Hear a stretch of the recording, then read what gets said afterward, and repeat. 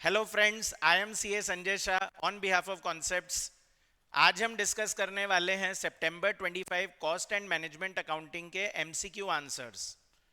जो स्टूडेंट्स सितंबर 25 में एग्जाम दे रहे हैं उनको काफ़ी ईगरनेस रहती है कि सर आंसर्स बता दो, जल्दी से पता लग जाए कि हमारे कितने मार्क्स आने वाले एमसीक्यू में।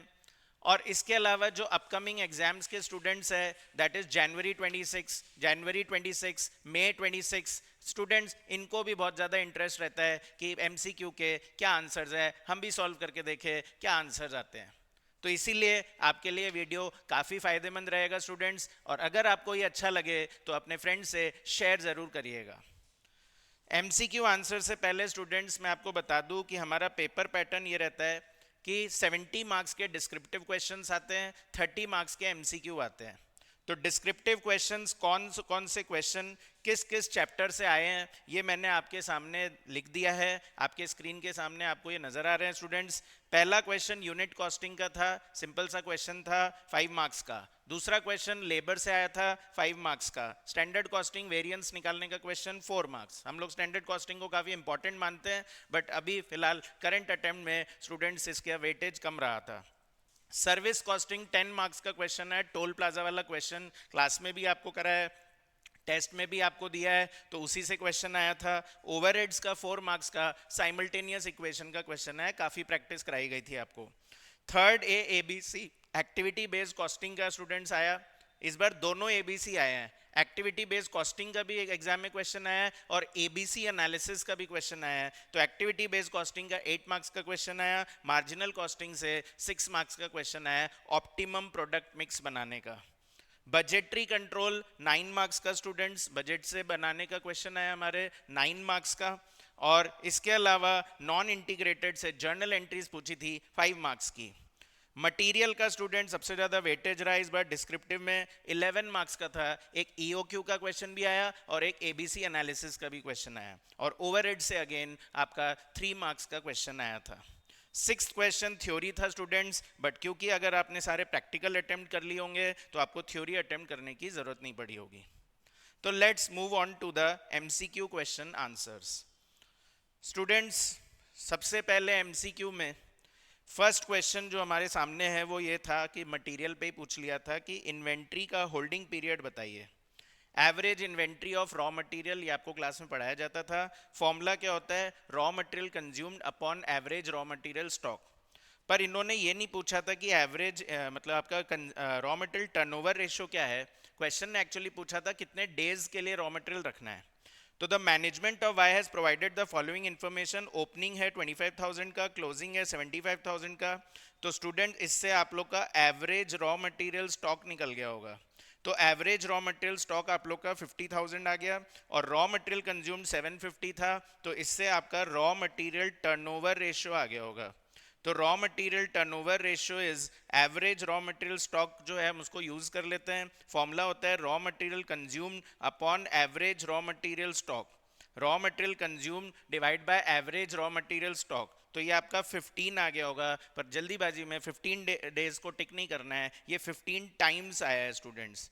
फिर हम लोग इसको 360 से डिवाइड करेंगे, क्वेश्चन में लिखा है 360 डेज, तो होल्डिंग पीरियड 360 डिवाइड बाय 15 आता है, तो ये आपका 24 डेज हो जाएगा। इसलिए आंसर सी है स्टूडेंट्स, 1 का आंसर सी है, 24 डेज।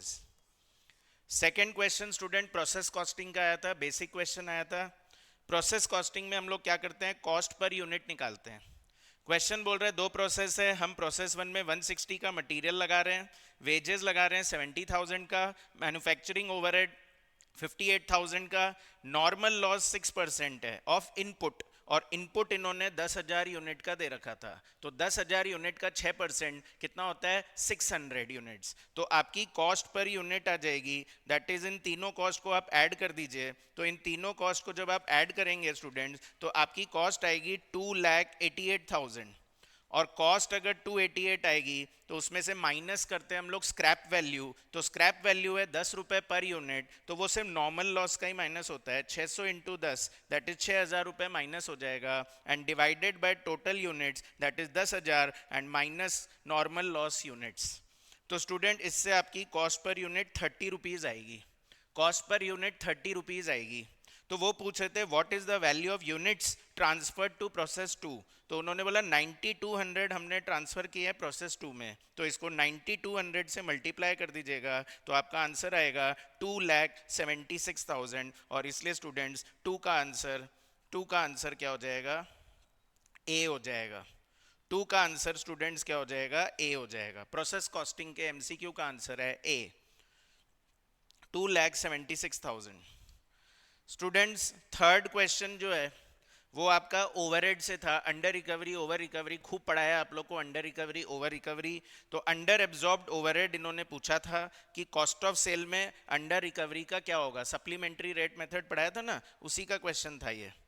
तो इन्होंने हमको रिकवरी रेट दे रखी थी 20 रुपीज पर मशीन आवर, और फिर बोला कि एक्चुअल में ओवरहेड 12 लाख है, 80,000 उसमें से राइट ऑफ कर दिया, 30,000 स्ट्राइक का हो गया, तो 1,10,000 माइनस कर देंगे। तो बच्चे ने भी सही लिखा है, एक्चुअल ओवरहेड जो है वो आपका 10,90,000 आ जाएगा, और आपका रिकवर्ड ओवरहेड जो है वो 20 रुपए पर आवर, और इनटू कितने आवर्स बोल रहे हैं, 50,000 आवर, एक्चुअल मशीन आवर से मल्टीप्लाई करते हैं तो आपका रिकवर्ड ओवरहेड स्टूडेंट 10 लाख आ जाएगा। अंडर रिकवरी जो है वो आपकी 90,000 हो जाएगी, पर जल्दीबाजी में 90,000 को टिक मत कर देना।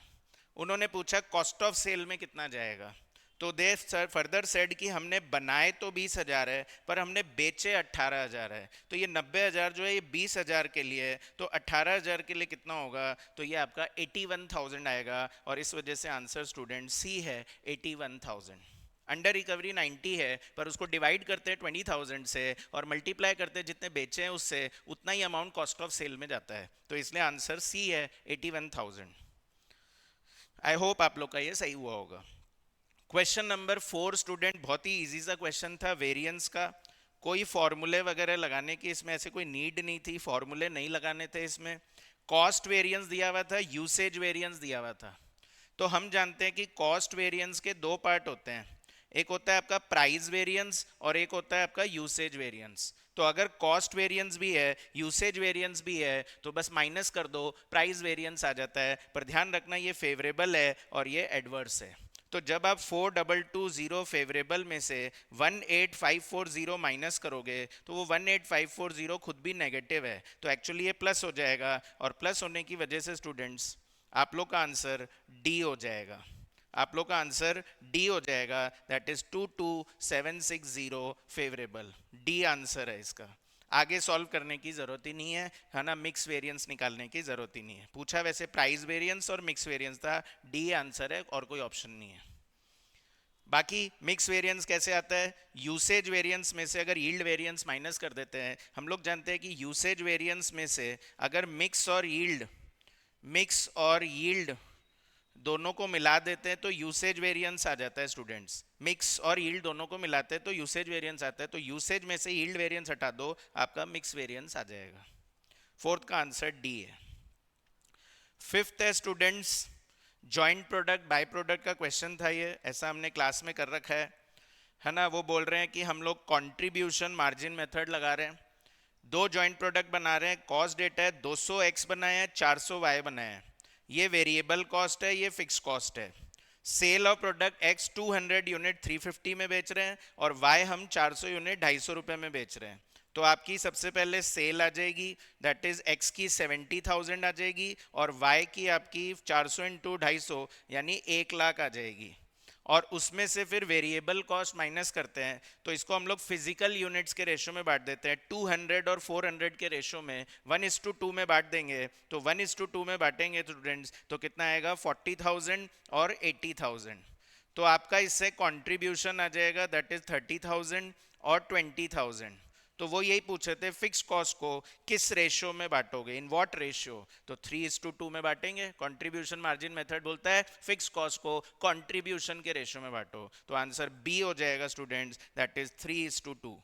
आंसर बी हो जाएगा स्टूडेंट्स 3:2। क्लियर है? ये तो आपके इंडिविजुअल सेपरेट जो एमसीक्यूज होते हैं वो थे। अब केस सिनेरियो भी था स्टूडेंट्स एग्जाम में, कॉस्ट शीट के ऊपर सिंपल सा क्वेश्चन पूछा था इन्होंने। तो मैं आपको बता देता हूं कौन सा आइटम कहाँ आएगा। Royalty paid for production students direct expense में आता है, power and fuel direct expense में आएगा, पावर एंड फ्यूल मैंने आपको बताया हुआ है डायरेक्ट एक्सपेंस में भी आ सकता है, प्रोडक्शन ओवरहेड में भी आ सकता है, पर एमसीक्यू में हम उसे डायरेक्ट एक्सपेंस में ही लेते हैं।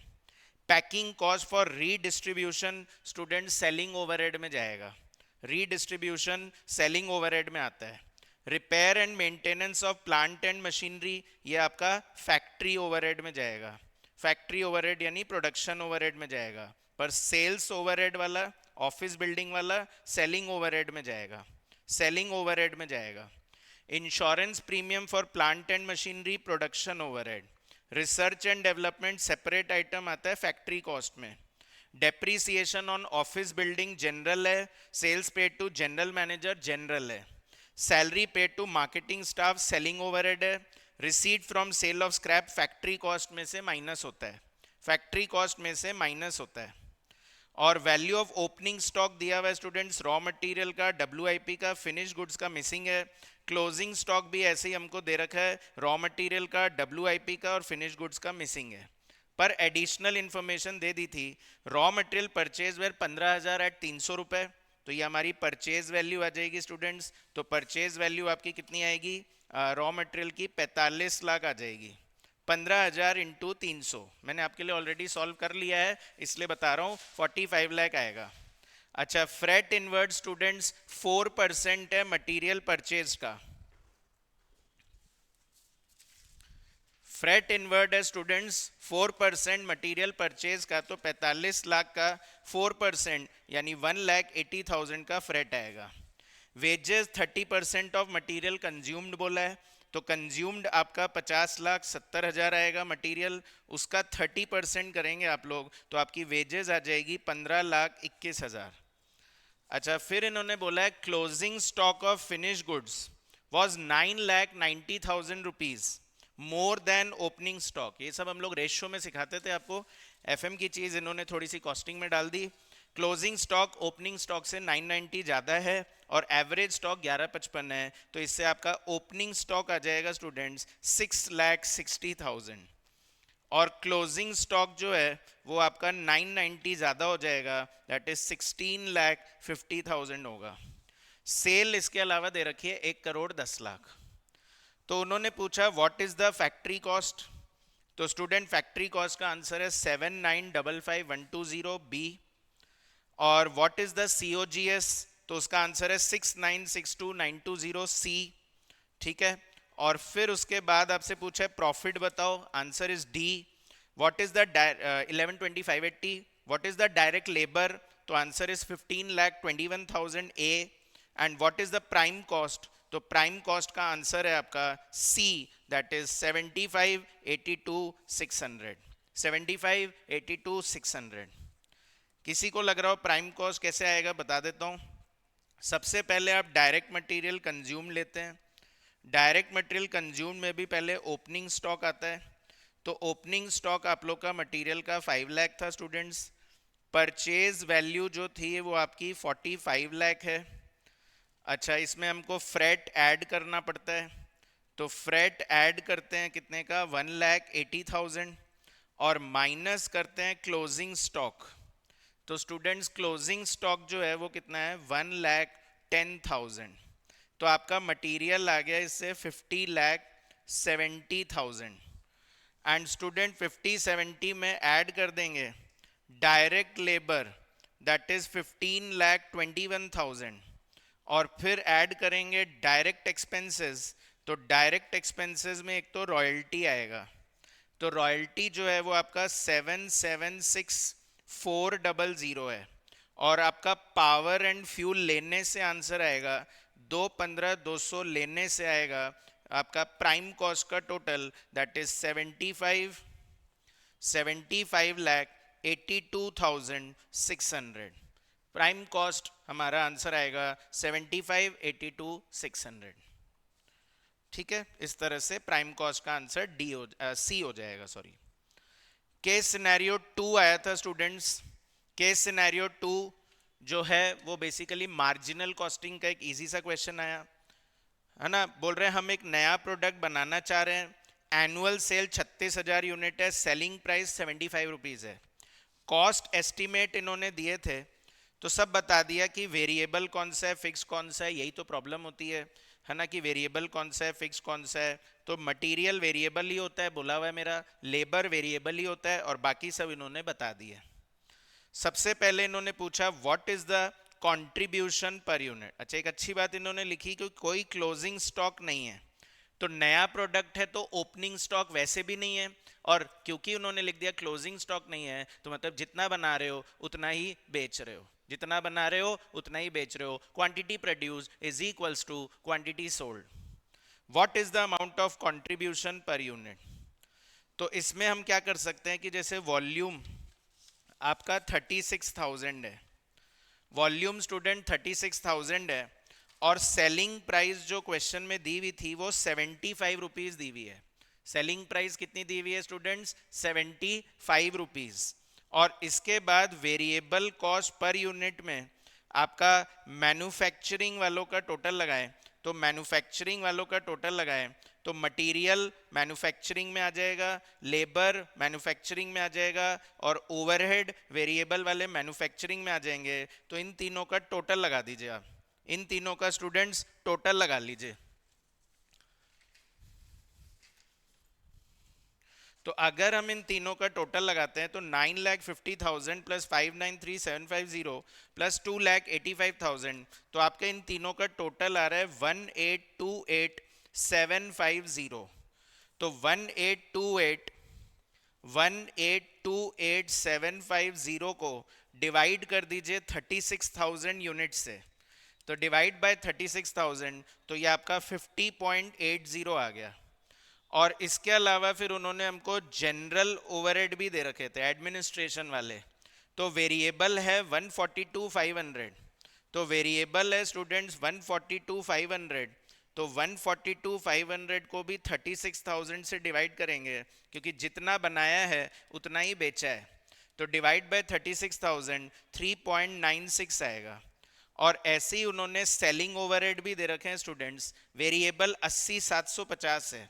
तो वेरिएबल अगर 80,750 है तो 8750 को डिवाइड कर दीजिए 36,000 से, 8750 को डिवाइड कर दीजिए 36,000 से, तो 2.24 आएगा, 2.24 आएगा। तो सब मिला के ये वेरिएबल कॉस्ट का टोटल आपका आ रहा है कितना? 57। तो कंट्रीब्यूशन पर यूनिट 18 आ रहा है। तो क्वेश्चन यही पूछ रहा था what is the contribution per unit, तो आपका कंट्रीब्यूशन पर यूनिट आ गया स्टूडेंट्स 18। दूसरा तरीका भी है कि आप सेल्स टोटल में ले लीजिए और सारे वेरिएबल कॉस्ट माइनस कर दीजिए, आपका उससे भी कंट्रीब्यूशन आ जाएगा, बाद में 36,000 से डिवाइड कर देना, आपका पर यूनिट आ जाएगा। दोनों ऑप्शन होते हैं। एमसीक्यू में ये तो पूछा नहीं है कैसे सॉल्व करना है ना, उन्होंने तो बस आंसर पूछा है। तो your answer is 18, that is आपका बी है। इट इज योर चॉइस कि आप कैसे सॉल्व करते हैं। और फिर बीपी इन रुपीज पूछा था स्टूडेंट्स, तो बीपी इन रुपीज के लिए पहले आपको फिक्स कॉस्ट चाहिए होगी। तो क्वेश्चन ने सारे फिक्स कॉस्ट अच्छे से खुद नहीं बता दिए है। तो फिक्स कॉस्ट आपका 190 का है, फिक्स कॉस्ट 213,750 का है, फिक्स कॉस्ट 64,250 का है। तीनों को ऐड कर लीजिए स्टूडेंट्स। तो तीनों को जब ऐड करेंगे तो आपकी फिक्स कॉस्ट का टोटल 4,68,000 आ रहा है। और बिकॉज क्वेश्चन हमसे रुपीज में पूछ रहा है तो पीवी रेशियो निकाल सकते हैं। तो it is 18 divided by 75 and multiply by 100, तो इट इज 24%। तो आप अपना बीपी निकालोगे तो fix cost upon PV ratio बोलते हैं हम लोग, तो 4,68,000 को डिवाइड बाय 24% कर दीजिए। 468 को स्टूडेंट डिवाइड बाय 24%, तो आपका आंसर 19,50,000 आ जाएगा। 19,50,000 का बीपी आ जाएगा स्टूडेंट्स। तो आपसे यही पूछा गया था बीपी बताओ, तो आंसर डी हो जाएगा। फिर वो पूछे थे what will be the profit if sales are 10% less than estimated sales. तो जो आपकी सेल आपने सोच रखी थी 36,000 थी, अगर उसको 10% कम कर दे तो आपकी वॉल्यूम हो जाएगी 32,400। कंट्रीब्यूशन पर यूनिट 18 ही रहेगा आपका, कंट्रीब्यूशन पर यूनिट 18 ही रहेगा। तो टोटल कंट्रीब्यूशन 32,400 इंटू 18 583,200 आ जाएगा। और स्टूडेंट्स अगर इसमें से हम फिक्स कॉस्ट माइनस कर दे, दैट इज 4,68,000, तो आपका प्रॉफिट आ जाएगा। तो प्रॉफिट आएगा 115,200, 115,200, और इस वजह से 13 का आंसर 115,200 दैट इज ए हो जाएगा। अच्छा, टोटल वेरिएबल कॉस्ट भी पूछा है स्टूडेंट 15th पार्ट में, 15th क्वेश्चन में, what is the total variable cost. कैसे फालतू सा क्वेश्चन पूछा है student, what is the total variable cost. तो वेरिएबल कॉस्ट तो सबने खुद ही ने बता दिया आपने, और मटेरियल और लेबर और जोड़ देना। तो 1828750 में ये टोटल ऑलरेडी लगा चुका हूँ मैन्युफैक्चरिंग का, उसमें जनरल का भी ऐड कर दीजिए 142,500, और उसमें आप सेलिंग ओवरहेड का भी ऐड कर दीजिए, दैट इज 80,750। तो आपका टोटल वेरिएबल कॉस्ट आ जाएगा 20,52,000, दैट इज ए हो जाएगा। फिर पूछा what is the cost of production. Cost of production में ना जनरल ओवरहेड आता है ना सेलिंग ओवरहेड आता है। तो what is the cost of production का आंसर है कि 1828,750 वेरिएबल का टोटल बोला था हमने, और उसमें अगर फिक्स का भी ऐड कर दे 1,90,000, तो आपका टोटल कॉस्ट आ जाएगा 2018750 कॉस्ट ऑफ प्रोडक्शन। तो आगे देखने की जरूरत ही नहीं है, टोटल कॉस्ट पूछा है कोई मतलब ही नहीं है, सी आंसर हो जाएगा। सी आंसर है 21,18,750। बाकी वैसे पूछते हो टोटल कॉस्ट कैसे आएगा, तो इस 20,18,750 में आप बाकी चीजें भी ऐड कर दीजिए, तो आपका टोटल कॉस्ट आ जाएगा। जनरल ओवरहेड भी ऐड कर दो, सेलिंग ओवरहेड भी ऐड कर दो, टोटल कॉस्ट आ जाएगा। इफ यू रिमेंबर, मैंने बहुत अच्छे से पढ़ाया हुआ है, कॉस्ट ऑफ प्रोडक्शन अलग होता है, टोटल कॉस्ट अलग होता है। तो कॉस्ट ऑफ प्रोडक्शन में से मैन्युफैक्चरिंग के कॉस्ट आता है, सेलिंग और जनरल नहीं आते हैं। तो सच सिंपल पेपर स्टूडेंट्स जो इंस्टीट्यूट ने दिया है, my review is paper was very simple. कोई भी क्वेश्चन ऐसा नहीं था कि जो बिल्कुल भी नहीं आता हो, सब हमारा पढ़ा हुआ था, सब देखा हुआ था, है ना, एकदम एज इट इज हमने जो क्वेश्चंस किए हैं वही के वही क्वेश्चंस इंस्टीट्यूट ने पूछे हैं। टोल प्लाजा वाले में कुछ लोग बोल रहे हैं कि हाँ सर्विस कॉस्टिंग में लास्ट में जाके थोड़ी बहुत गड़बड़ हुई है, तो चलता है स्टूडेंट, बेटा सीए एंटर का एग्जाम दे रहे हो आप लोग, है ना, थोड़ा बहुत मतलब अलाउड है, थोड़ी बहुत मिस्टेक्स में कोई इशू नहीं है ना, it will not affect your result. पर हाँ, ऐसा नहीं होना चाहिए कि हमारा बहुत ज़्यादा हम लोग एक्साइटेड हो जाए और हम अपने अगले पेपर के लिए हम पढ़ना ही बंद कर दें, है ना, ऐसा नहीं करना है। अगला पेपर बहुत डरावना है, ऑडिट का पेपर है, अच्छे से पढ़िए, है ना। तो trust your self students, trust us and keep studying, ठीक है। इसी के साथ मैं आज आपको बाय बोलता हूँ, थैंक यू। मुझे बताइएगा कि आपके एमसीक्यू में कितने मार्क्स आने वाले हैं।